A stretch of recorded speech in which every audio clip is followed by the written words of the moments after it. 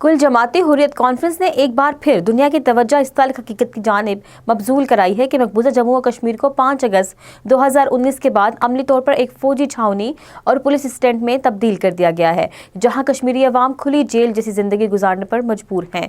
Hurriyat conference के तर्जुमान के मुताबिक भारतीय हुकूमत और इसके नामजद लेफ्टिनेंट गवर्नर इंतजामिया ताकत के बलबूते पर कश्मीरियों को खामोश कराने की पॉलिसी पर अमल पैरा हैं।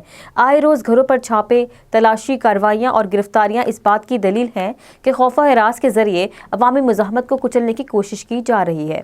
उन्होंने दुरुस्त निशानदही की है कि लाखों फोर्सेस एहलकारों और काले कवानीन के बल पर दिन रात कश्मीरी अवाम की जान, माल, इज्जत और आबरू को निशाना बनाया जा रहा है। खवातीन की बेहुरमती, अमलाक की तबाही और नौजवानों की बेबुनियाद गिरफ्तारियों ने पूरे मुआशरे को मुसलसल अजियत में मुब्तला कर दिया है।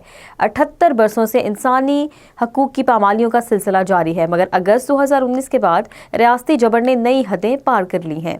इधर हुर्रियत कॉन्फ्रेंस आज़ाद कश्मीर शाख के कन्वीनियर गुलाम मोहम्मद सफ़ी ने भी इस दर्दनाक तस्वीर को मज़ीद वाज़िया किया है।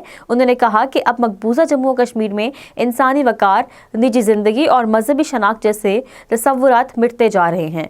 घरों को मसमार किया जा रहा है। जायदादें ज़ब्त करना और शहरियों को अपने ही घरों में गैर महफूज बना देना न सिर्फ बुनियादी इंसानी हकूक बल्कि जिनेवा कन्वेंशन और आलमी इंसानी असूलों के सरीह खिलाफ वर्जी है।